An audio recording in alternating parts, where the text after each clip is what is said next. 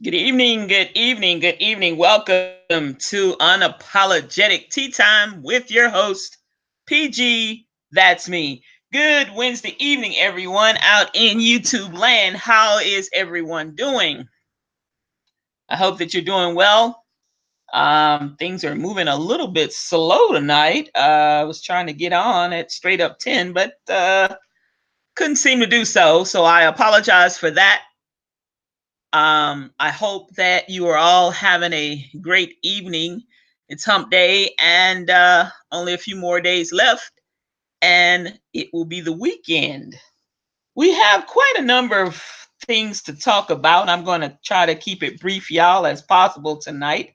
I'm just a little bit tired, and I have some things that I'm working on that I really need to wrap up. I have an old friend in town for a conference, and I got to get out there to see them on Friday. And tomorrow is going to be another one of those days where I have to pull quite a number of things together. I don't know about y'all, but I've been quite busy this month since it rolled in, but I can't complain. I'm getting some things done. I'm checking some things off my list. And so far, so good. All is going well. I had only so far 1.5 not so great days, but I kind of suffered through it and kind of, pressed on. God is good. I can't seem to complain because I have nothing to complain about. Again, you are listening to Unapologetic Tea Time with your host, PG. That's me, y'all. Um, First off, before I get into the crux of everything that I want to talk about tonight, I know that whoever is tuning in to me right now, I can't see. I want to let you know that I cannot see the live chat. So if you would do me a favor, please smack that thumbs up button.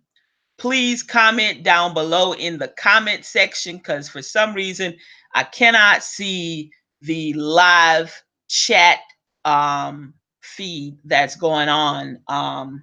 So I have no way of determining who's on and who's not right now. A little bit of technical difficulty, but I'm hoping to resolve that soon. I will be switching over to a new program, and I'm going to have to do some test runs with that. And I'm kind of looking forward to it. It's going to be a new learning curve for me, but that's okay. I think I'm up to the challenge, y'all. Well, we talked about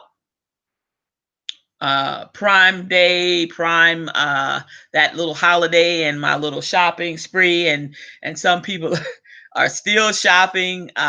It was good. A lot of my stuff is starting to trickle in, um, and yeah, so I've been kind of, happy to see some of the stuff. Some of it was just some generic basic stuff, and a couple of other things that I wanted that I was able to snag and I got, and I was happy that it arrived, and I've already put some of them into use. So I just wanted to give you guys an update. I talked about towards the end of the vlog or podcast last week about the upcoming Democratic national debate, the second debate um, of the year that's going to be happening on the 30th and the 31st of this month in July. I also talked about a small little contest that I will be doing on that day, on Wednesday, actually. I'm going to go ahead and start that contest on Wednesday, early afternoon. I'm still figuring out the gist of everything, but it will be nothing really that you have to do except perhaps make a comment in the comment section. And I will pick a random winner or two and we'll go from there. But what I am going to do is run the contest through Wednesday and Thursday, and I'm going to make it last through probably midnight Thursday night, 12:01 Friday morning on the 1st of August. That way everyone gets a chance to participate because of course you know that there are 2 days for the broadcast and for the Democratic debate. So, with what I have in mind, some people, may only tune in for that one night, and some people may only tune in for, both nights or one or the other. So I want to make it fair that everybody gets a chance who listens to me will be able to partake in the contest, and I will send out, at the once the winners are chosen, because there will be two winners this time, and I will require your email address and your physical address and or your post office box, so that I can mail out the prize. Anyway, with that being said, I'm going to move right along into um, uh, tonight's show. I want to thank you all for tuning in, and I'd like to say welcome to all of the new subscribers and all of my visitors and all of my listeners who listen incognito, and the listeners who listen as a subscriber who have already subscribed to me. Please do me a favor. I am trying to grow my channel. um, please share my vlog and share this podcast if you can, and if you're willing to do so. I really, really thank you for that, so that you can help me grow. I'm trying to reach 75 to 100 subscribers total, for this year, at least by the end of the fourth quarter. And I will do another contest. I promise I will. Um, y'all know that August is fast approaching, and it's back to school, going to be back to school time here in the metropolitan area of Georgia where I reside now. Back to school pretty much starts at the end of the month here in July. So I don't know where you are in your neck of the woods or your township or your state, but whenever school starts, whether you have children or not, please start as early as you can to try to gather up the necessary school supplies that your child or children or grandchildren, nieces and nephews, and whatever neighbor next door or whatever may need.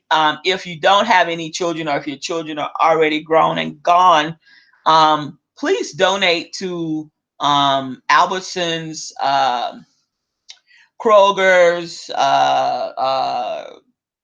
Publix, whomever, your YMCA, whoever is taking donations for school supplies. Go to the Dollar Tree, go somewhere and spend $1 or $2 and get a pack of crayons or a pack of paper or something to give to underprivileged youth and children who may not actually have all of the necessary tools that they need to get started with this school year. It takes a village to raise one child, and we need to continue to do things of that nature so that our children get the necessary tools to learn and grow as they should. Everyone is not as fortunate as everybody else, and sometimes people need a hand. Now, I'm not talking about the people who decide to spend their money on other things other than their children. um, they still need the children. You have to look above and beyond that, because when they send those children to school without the necessary things, they just send them there. The children still will suffer. So please, I'm asking. It's a challenge that I want to challenge everyone out here that's listening to me. I do my part. I do it most of the times in silence. I don't have to brag. I don't have to boast, but I do give back continuously year round on certain little things of that nature, because children are our future. As I age and as you age, we're aging every day. And these kids will someday be the leaders of our country, and we want them to do well. And we want them to succeed and not fall behind because they didn't have a pencil, or they didn't have a pack of index cards, or a marker lot, or a pack of crayons to get their work done. That's just, something that I'm asking that everyone does is do me a favor and donate $1. Go to the dollar store, the Dollar Tree, or when you're shopping at the supermarket or whatever, pick up something and donate it to the school or donate it to one of the agencies that are collecting school supplies for these underprivileged children. Thank you, and thank you. Now, y'all, the title of this vlog tonight with Unapologetic Tea Time is accepting anything just to say you have something.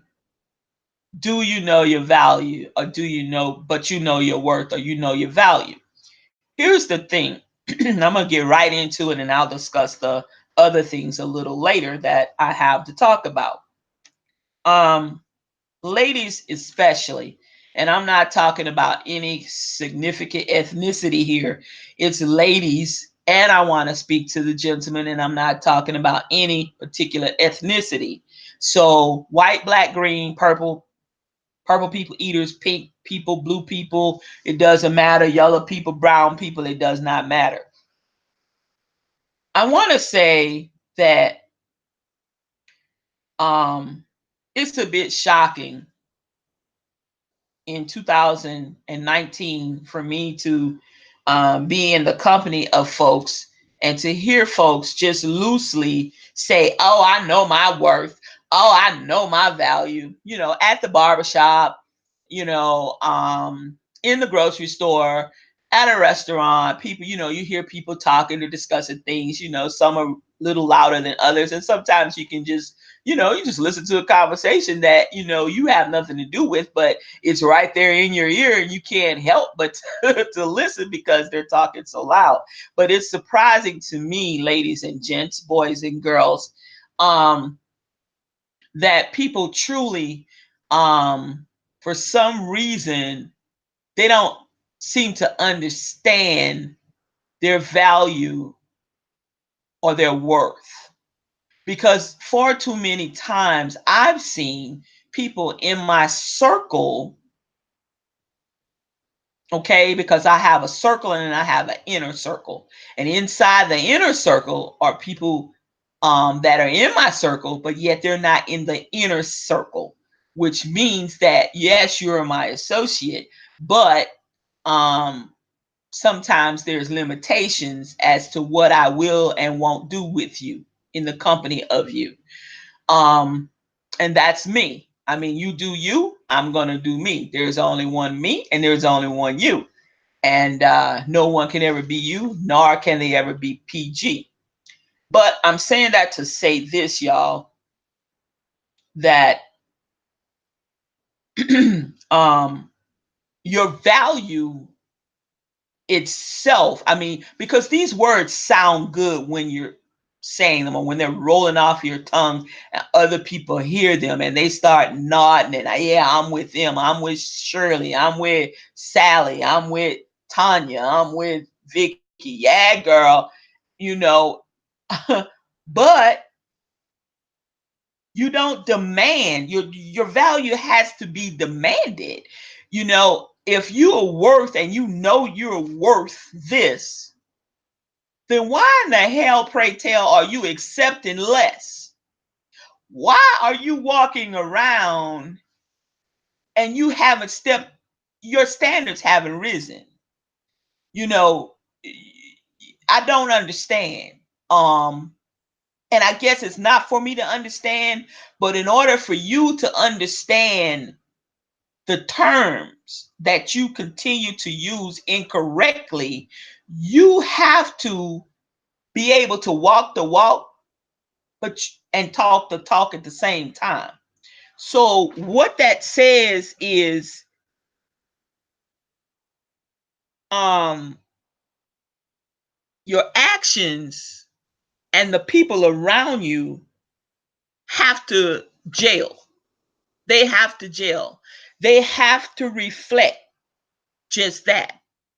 So if you know that you are worth so much more, but yet you got some pissy ass SOB, whether it's male or female, in your house, in your apartment, in your hut, in your cardboard box, in your trailer, in your mobile home, in your tiny home, in your shipping container house, in your train car, in your bus house, or whatever. And you've lowered your standards just because, girl, I'm tired of being by myself. PG, trust and believe. I get tired too. I'm single, I'm free, but I know one thing. I am not going to accept anything just to say I got something. Because to see, that's not going to work with me. Because if we can't be on equal footing, and this doesn't have a damn thing to do, ladies nor and gentlemen, this doesn't have a damn thing to do with money. Understand where I'm coming from. Follow me. Stay woke. Stay with me now. Stay with me. This doesn't have anything to do with money. Okay? I want y'all to put money aside. Because let me tell you something. I'm going to use this as an example so that you can get this as an analogy. You go out, you have a job, and one of your friends say, bro, man, you must really like that job. And you say, I love my job, man. I love my job, bro. Yeah, man. You know? And they said, well, damn, bro, how much you making? And you tell them how much you making. You say, damn, that ain't no money. And you like, yeah, I know. But man, I love my job. I mean, I love what I'm doing.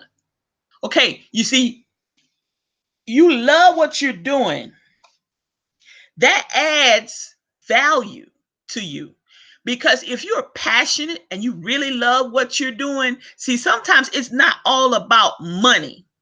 As long as you're able to pay your bills and you're not struggling, financially, like, oh my God, every week or every 2 weeks that I get paid, I got to go run to my mama's house or my daddy's house or my grandpa's house or somebody's house and borrow $150. I'm not talking about that. But at the end of you paying your bills, and at the end of the month, you have $500 left or $450 left, and that sustains you, and you love your job, that's good. That should be good enough, because see, that has added worth to you because you're passionate about whatever it is you're doing, but yet it's putting you out in front of whatever it is that you're passionate about. It may be a job at the nursing home, caring for the elderly. It may be a music therapy job. You love music. And these folks come to you for music therapy, for whatever their issues are, their problems are, and it calms them down, and you're helping people. You see, that adds to your worth. That adds to your value. Now let's flip over for a minute and let's put this puzzle together. You're single and you're looking for a mate, and you know what your worth is, and you know that you're worthy and you're valuable, and you know what you want. And Joe Blow comes around. We're going to take it from a heterosexual standpoint, but I'm going to get into something else in a minute. We're going to be able to apply this to not only just heterosexual, homosexual, pansexual, whatever, man, woman, woman, woman, man, man, whatever, trans, whatever. A relationship is a relationship, no matter whether it's female or male. Some of you not going to agree with me. Some of you are going to agree. Okay? This is my opinion and I'm entitled to it. It's my channel. And hey, this stick around, or, maybe next week I'll be talking about something that, you may want to hear, or you may feel is better than tonight. I don't know, but I'm just saying. But before I get into the deep part of it, I just wanted to put that out there. But at the same time, say you're single and you're looking. and someone comes, into play. Let's just say, you entertain them. Say, you pass numbers or you exchange numbers or whatever. Or these days you exchange IG, Instagram, and this and that. And that's fine. Do you, however your mode of communication is, then do it. All right. And then you start conversating with them over the phone or however you do, or you're texting back and forth or whatever. And you start with your, questions, and they start with their answers, and then they start with their questions, and you got some good dialogue going back and forth. And this person, you say, wow, well, wow, they have a pouty mouth, a potty mouth, or a foul mouth. Maybe that's a turnoff to you. All right. But then you ask them, are you employed? And they say, yeah, I work every day. I'm a hardworking man, or I'm a hardworking woman, or whatever. So you nod your head, check. All right. Then you get to the point of you talk about other stuff. And some of those things that, they just like, nah, nah, nah, nah, and then you like, okay, but man, he sure look good. He sure is fine, and all that craziness. Okay. Beauty is in the eye of the beholder, and beauty is only skin deep. Okay. So you can be a drop dead gorgeous woman or voluptuous woman and have the ugliest personality, and it just make you ugly from inside out. And you could be the most handsomest, finest as gym busting hell of a guy, hell of a hunk, and you could have a nasty person now, and it just makes you just ugly as sin. So, but they tell you some of the things that you were asking, but yet you're willing to accept less because they look good, or because they fine, or because, oh girl, I'm tired of being by myself. I'm tired of being alone. But you say you know your value and your worth. Then why are you accepting less just to have somebody? It doesn't make any sense, because see, your actions at that point are not aligning to the standards in which you say you know your value and your worth. Because if you truly did, how can you lower yourself into accepting something else? Okay. Now we've taken money completely off the table and out of the equation. All right. Then you may not want, I mean, I don't know what people necessarily want, but I'm just trying to understand. I'm just trying to say that how can you do this to yourself, but yet you say you know your value and your worth, but you accept less. You get hooked up with this person, and y'all are out to dinner, to supper at a casual restaurant. Now, I observed this just this past Sunday.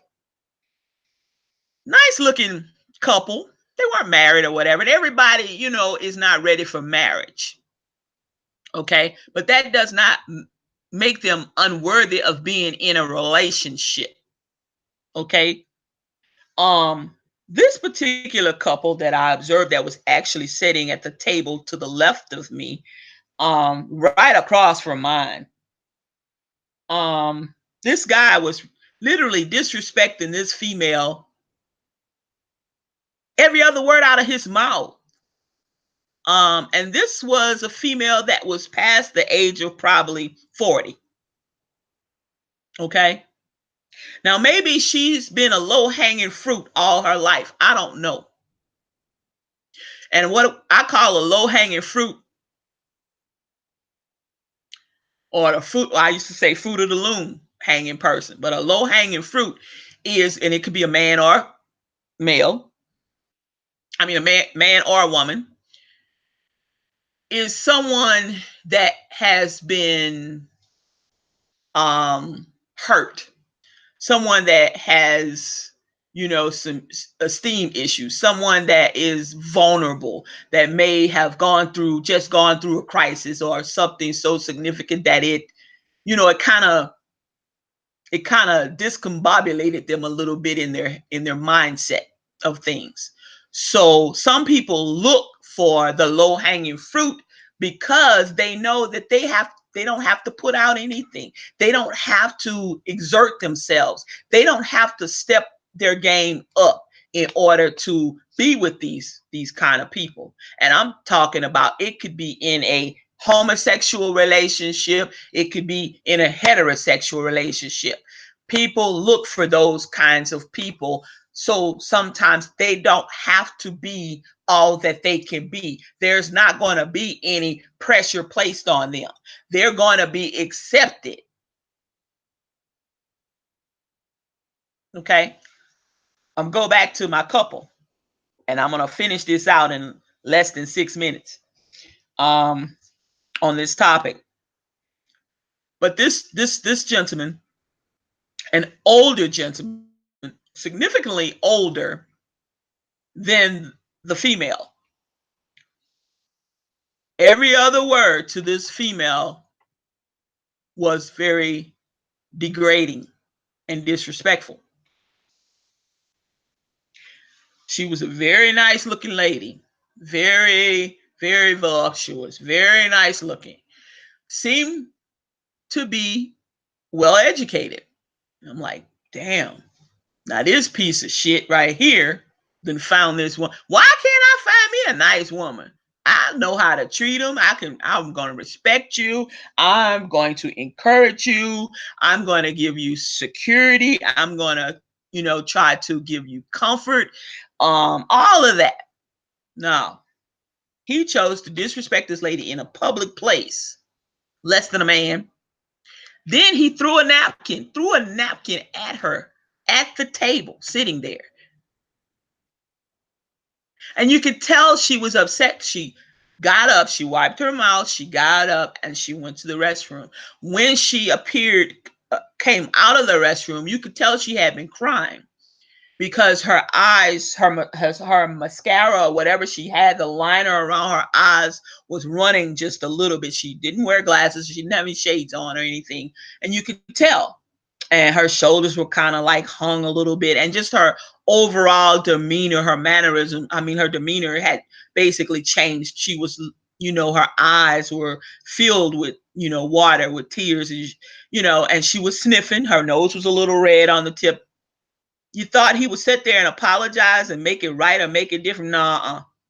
So I'm saying to ladies and gentlemen, if you say you know this, okay, then why are you accepting less than your value?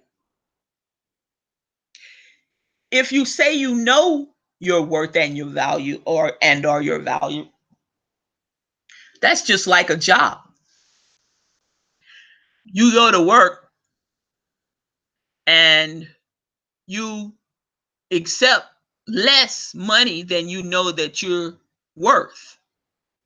And then some people say, I wouldn't have taken that. I wouldn't have taken that. You say, well, I just needed a job. I just needed a job. But yet you stay on that job because you, at some point, get comfortable. You don't try to, well, at least it's a paycheck. So you have problem with just settling for whatever.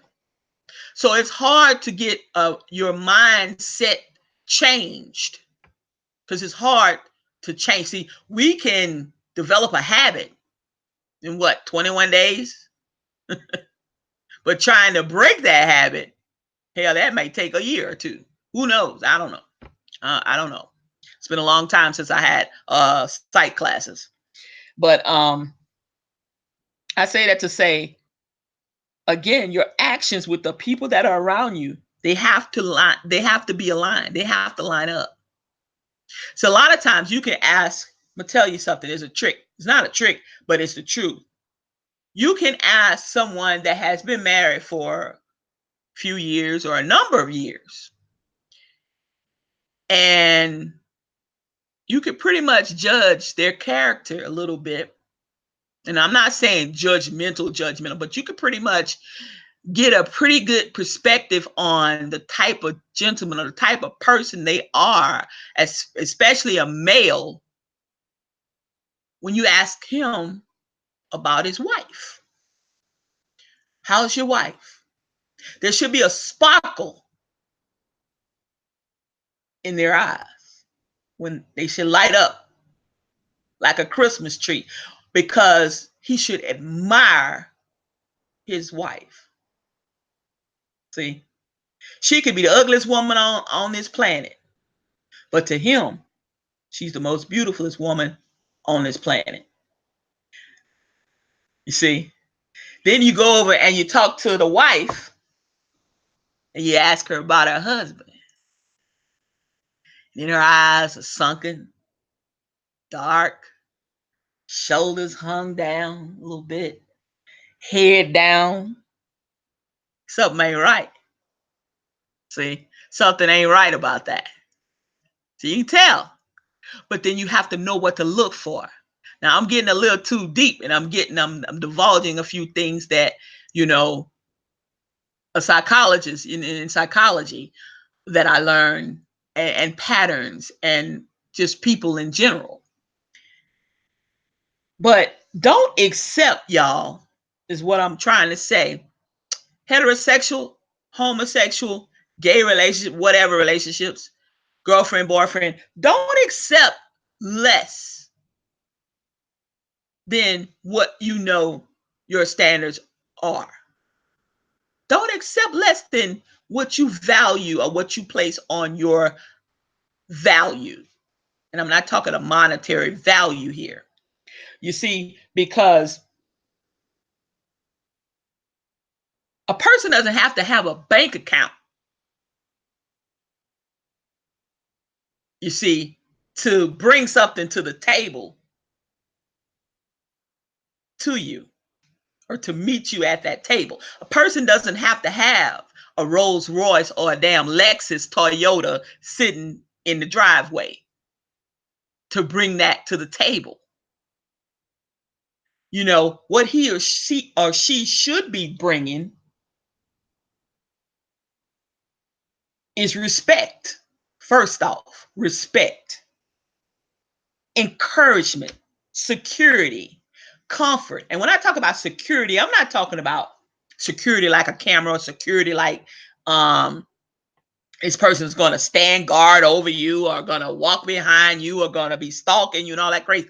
I'm talking about security, how you feel when you're around them, how that person, you know, once that relationship develops, or that friendship develops into a relationship, and you guys become not just dating any longer, that person should make you feel as though or you should feel that that person has your back if a situation should arise. You know, they're not going to just you out in public. They're not going to let somebody handle you any kind of way. They're either going to grab you by the arm and remove you from the danger, or remove you from that situation, or step in front of you and shield you and risk their own self for you. You know, that's what I'm talking about.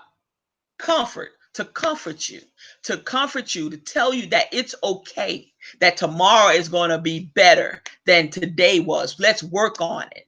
I want you to achieve your goals. What can I do to help you get to your goal, to finish your goal, to see your goal through? What can I do? That person's going to get down there with you in that trench. Okay?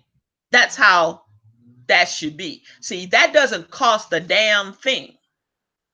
But the other person, the other part of the puzzle of the friendship, relationship, or whatever, the marriage or whatever, has to be available and make themselves available to this. See? But yet some of you go around, oh, I know my words, I know my value. No, the hell you don't, because I see your ass every day. with this man riding around, and you give this man a free pass to not to work for 6 months. You give this man over here a free pass to go lay up with everybody in the damn subdivision while you go to work and you work 2 jobs. Uh-huh. But you got a man. Well, hell. You got a man, but he everybody else's man too, baby. Or she everybody else's woman too. She the community woman and he the community man. Stop that, y'all. Stop it. You know, don't let your value, ladies and gents, be negotiable. It's non-fucking negotiable. Your value, your worth, it's non-negotiable. It is non-negotiable.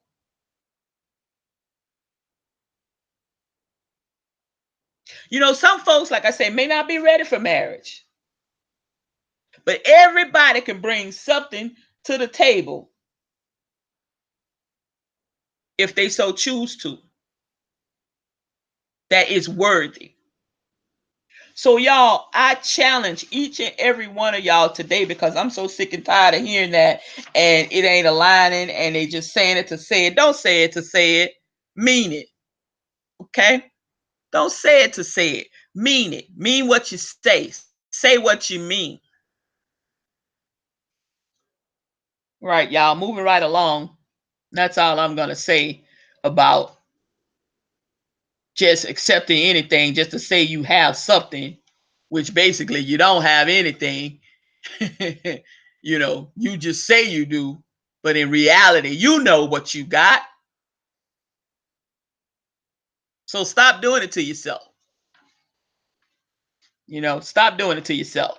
See, a lot of times we're our own worst enemy. We put that shit out there and we accept far less for no reason at all. None. But then there's somebody else that's going to come along. Or if you just wait and be patient a little bit.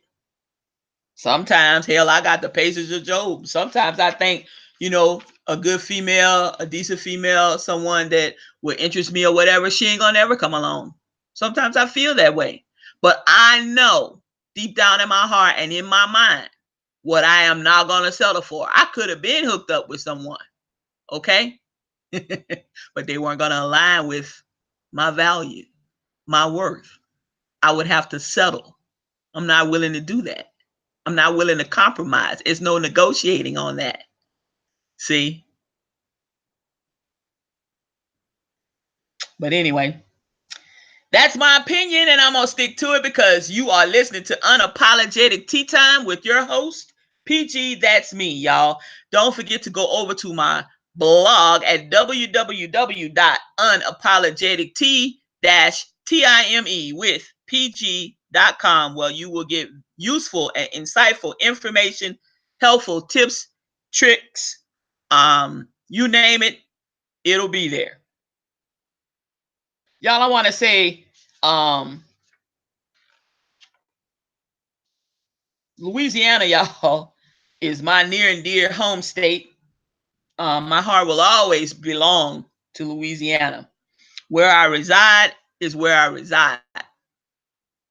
But Louisiana right now, y'all, hepatitis A, they have an outbreak and it's spreading like wildfire. It has doubled. Their outbreak has literally doubled, y'all, in 2 months. In the parishes, in, of course, Louisiana, in the French, we have parishes and not counties, but they're the same thing. We call them parishes. In other states, they call them counties. So you're going to hear me say, in Livingston Parish, I know exactly where Livingston Parish is, and in East Baton Rouge Parish, which is the capital, state capital of Louisiana, is Baton Rouge, and that would be in the parish of East Baton Rouge. Those are those have the highest significant rates, and they have doubled in 2 months. Now, I'm not talking about 3 or 4 cases. I'm talking about a few hundred cases in 2 months.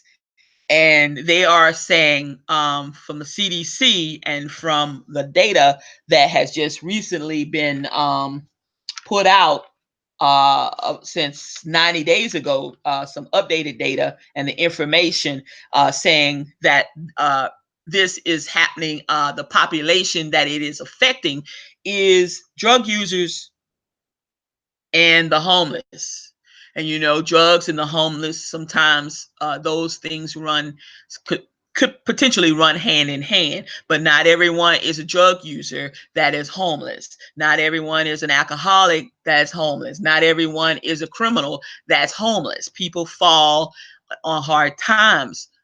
Some people work every day, but yet they still can't afford for a family of two, three, four, five, six, 10, or whatever to live in a house or an apartment because of the rents and the utilities and things. And yeah, so they're homeless for a time or two. But yeah, it's running rampant through the drug user population and the homeless population down there.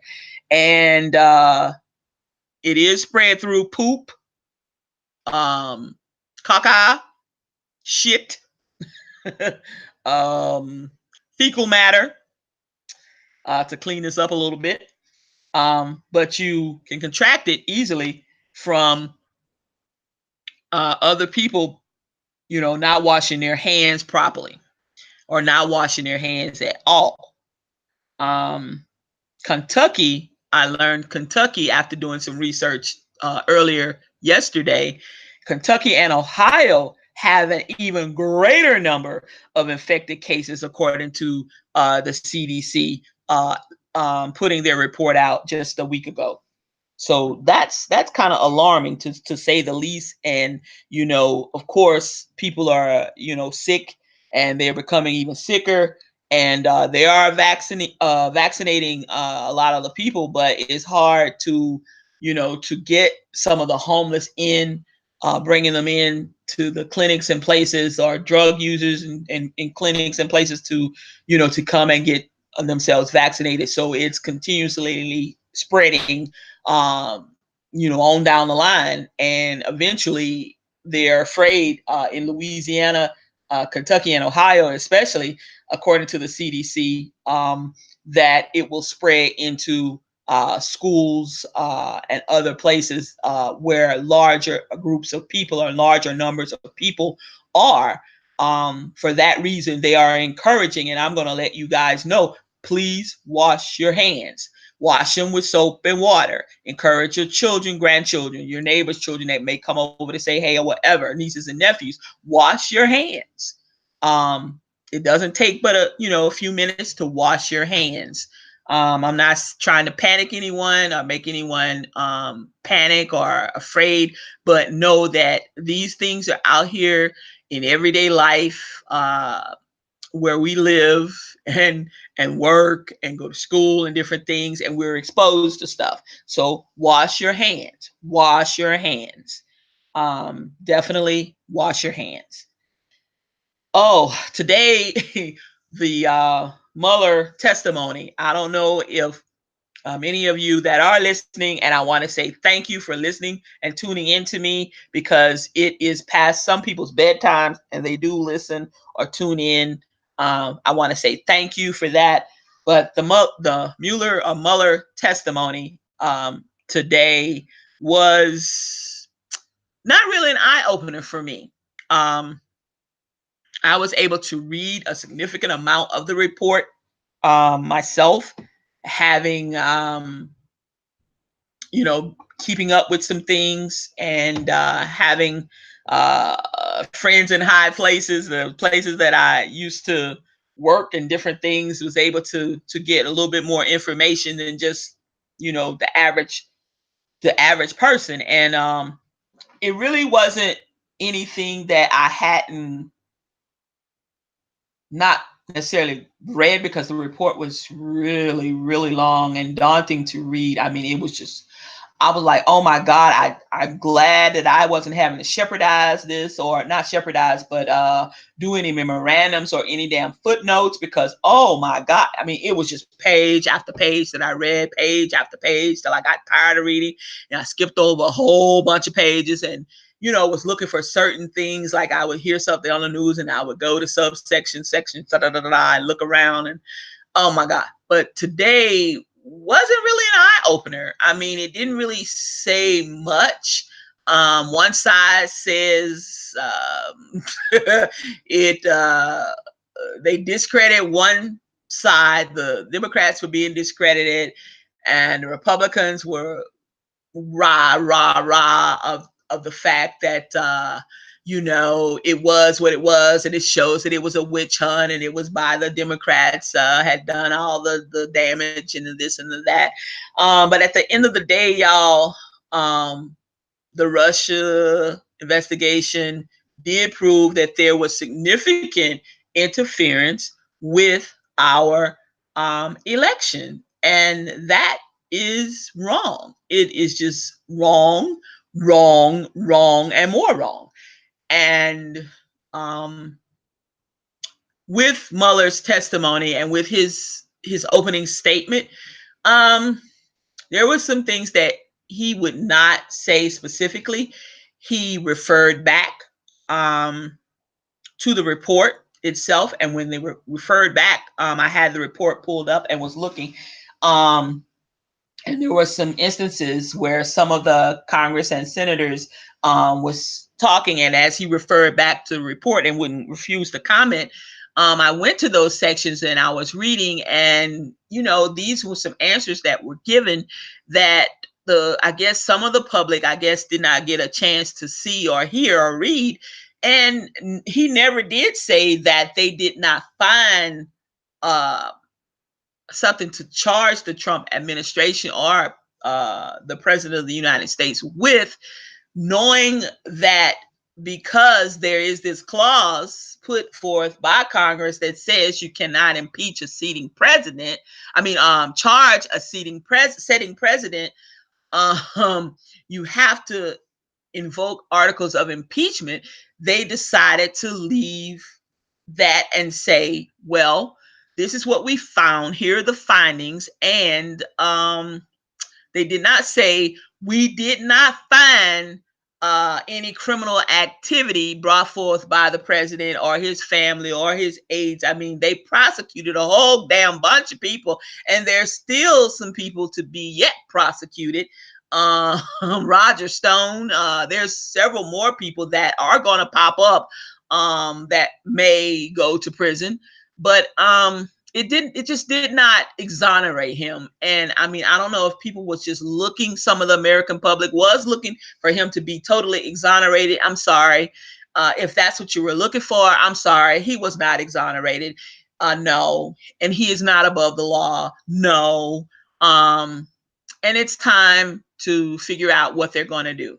The only thing that I don't want done is for them to invoke the articles of impeachment, start this up, and it backfires, and we're stuck another 4 years, because I really don't think this country can stand another 4 years of this president and the type of rhetoric that he throws out. I don't think that we'll be able to continue going forward in a positive manner for the entire country.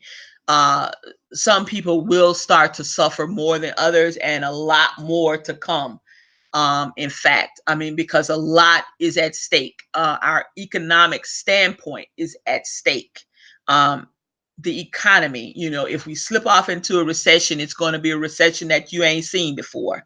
It's going to top the recession back in, what was it, 2007 or 2006 or something like that. It's going to be something that's going to be damning. And unfortunately, our civil war, or we got a lot on our plate to rake off, a lot of stuff to ingest. We got a lot on our plate as a country, and I just don't see us being able to hold it together strong and tight enough to go another 4 years under this administration. With that being said, I don't know. I just don't see it myself. I'm not a historian by profession. I have worked in the public sector for many years. I have worked for the federal government uh, at the House of Representatives for many years, but I just don't see the United States being able to hold it together much longer without things starting to unravel and people starting to really feel the pinch. And when I tell you to stock up on your stuff, your water, your canned goods, some supplies, it's just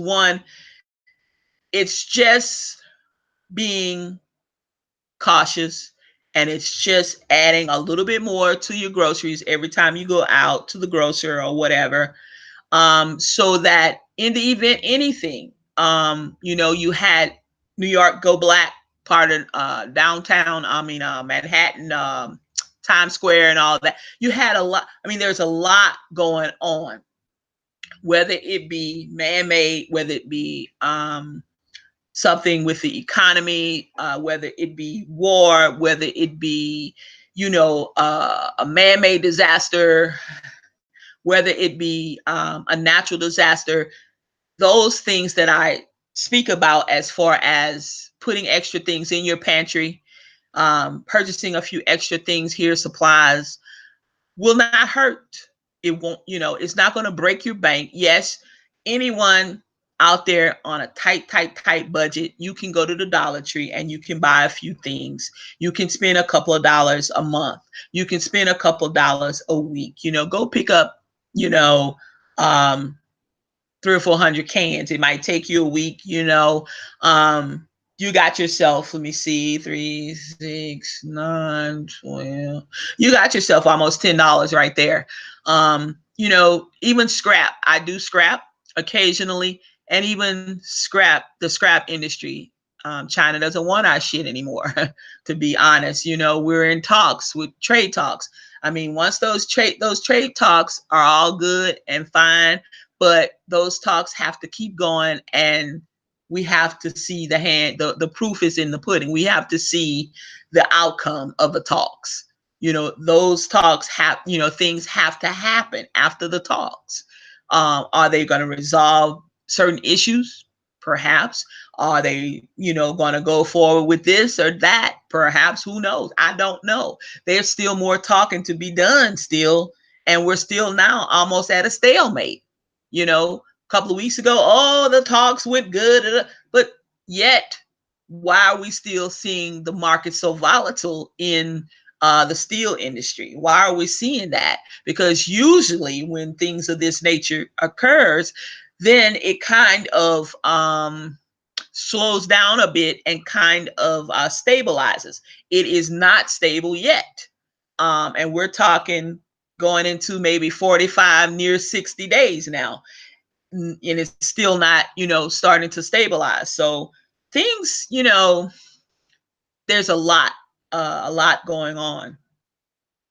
I do want to talk also briefly, y'all, about, and it's very sad, and I'm going to send out my prayers and condolences to the loved ones on both sides of the husband and wife, the murder suicide that happened the other day in Mississippi. Um, I don't know, what happened as far as within their marriage. I know that the couple was, in divorce proceedings. I know the lady had, after looking at news reports and reading news articles, she had decided to go and get her own counsel, her own attorney, to handle her part of the divorce. And soon after that, the estranged husband goes into the place where she worked, a medical clinic, and shoots her, kills her, and turns the gun on himself and shoots himself. And both of them did not survive their wounds. That's unfortunate. And there's a 3-year-old toddler, I think, is the child is 3, or there may be other children, but I think it's only one child. out of that marriage, and it's sad. 3-year-old losing both parents at the same time. Such a tragedy. Thank God the uncles and the other people that are left on the lady's side of the family, and yet apparently the husband's side of the family, there are other family members still alive on his side, and they interviewed the brother very very briefly on the news, and he was stating that they were going to rally around the child and try to give the child everything, all the support and everything that the child needs to help him grow and continue to, to grow up in a loving environment. And they were going to also share in doing that with, and these were got to be Christian people, Lord Jesus, because they were willing to share the child with I guess the grandparents perhaps of the man who committed the murder on their sister and the child's mother. So I commend that family for even wanting to do that, and it is definitely the right thing to do. Um, yeah, but it takes also a lot of courage and a lot of forgiveness or forgiving and a lot of praying to get to that mindset or that mind frame uh, to do that. And they're doing it not for themselves, but they're doing it for the child, and that's the right thing to do. Because that child is going to be here for a long, long, long time after they're gone. Um, he or she will still be standing. So, yeah. But my heart goes out to the family members of the female victim, and to the family members of the husband, the estranged husband, because who knows if he could have gotten someone could have gotten to him and perhaps talked to him. Maybe he would have felt differently and reacted differently, and perhaps not have harmed his wife and then turned the gun on himself and killed himself, as though there was no way out. Um, Billionaires and millionaires, y'all, are against food stamps and free lunch now.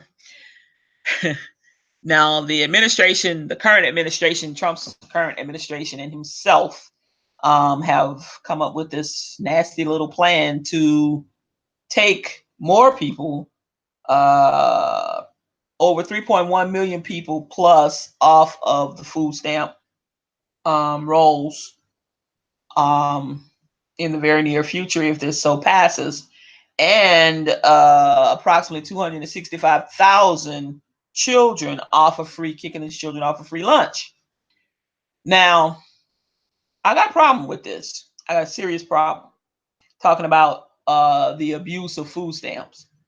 The abuse of food stamps has gone down so significantly over the last 10 years until it's not even funny.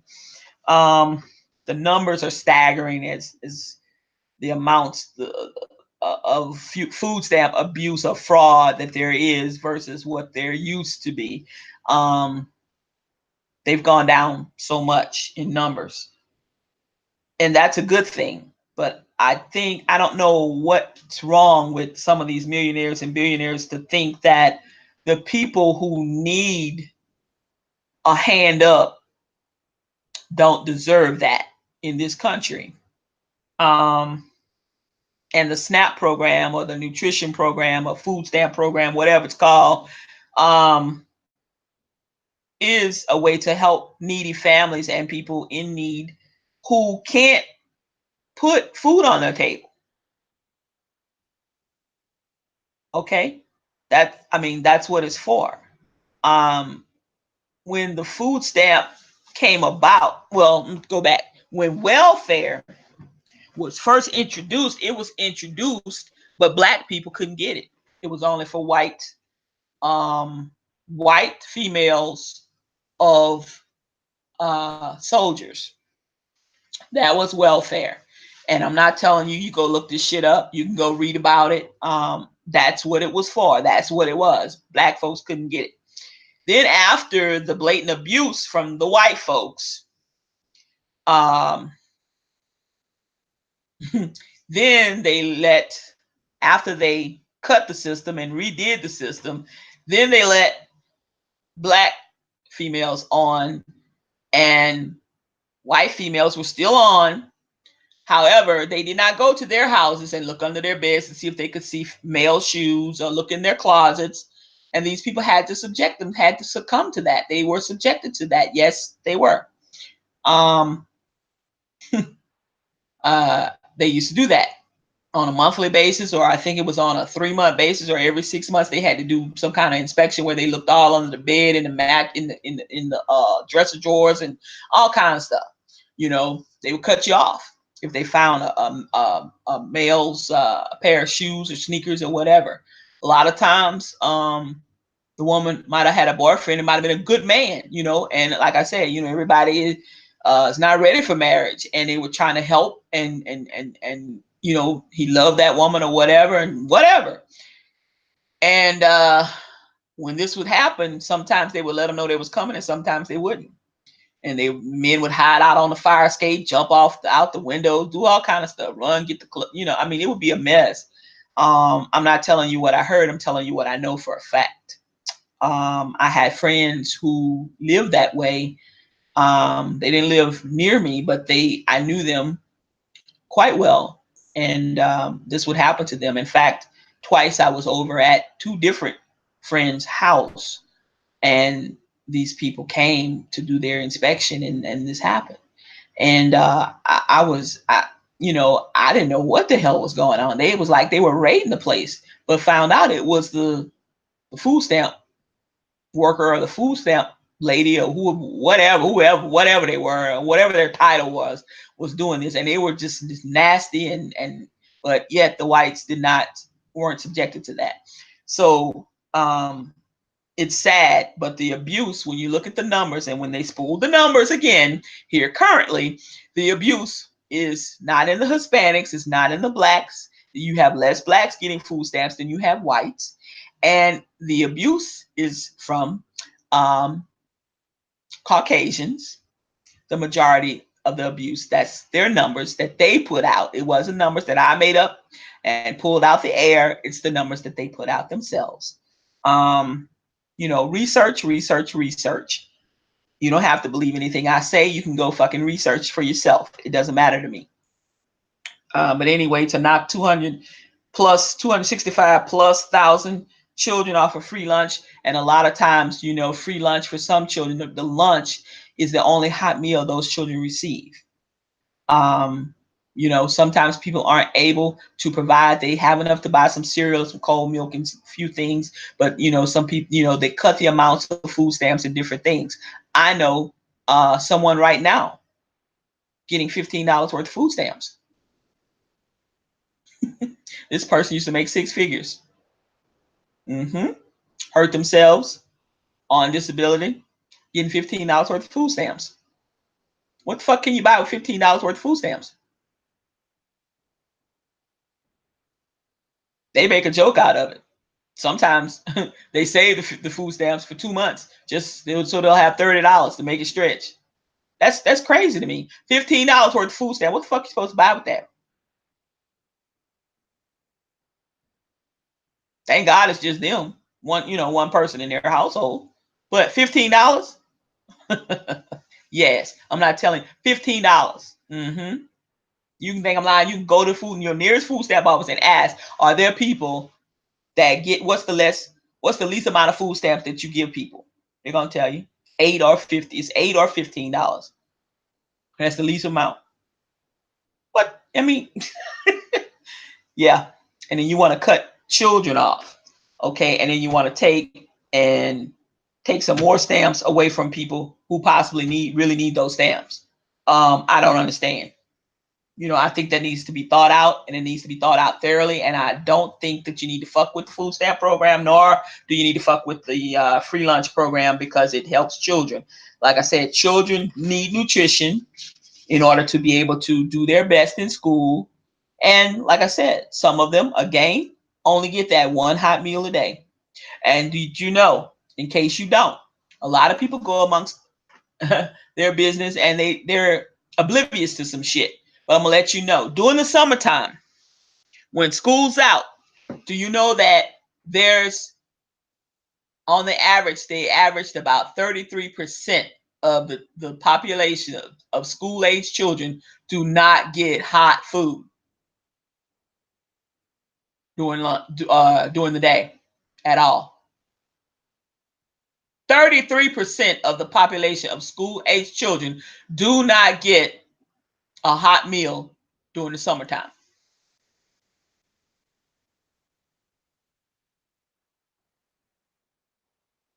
I can believe it because, for the simple reason, if a lot of the children, 50% of the children, are only getting that one meal, that one hot meal, 5 days a week.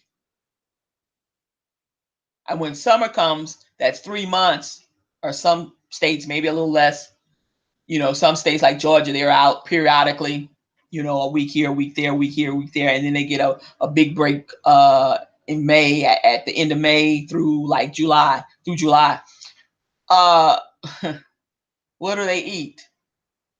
There's churches and places that open for lunch, so that for kids, so they can come in, and families too, so they can come and have a hot meal. There's other facilities and other places that have recently opened around Georgia and Louisiana and Mississippi and other places that are trying to help feed people on the weekends, because the kids don't get food until Monday when they go to school, for the free breakfast. If they're a bus rider or whatever, free breakfast, or they walkers or whatever, or car riders, they get free breakfast, if they're on the free lunch system or whatever.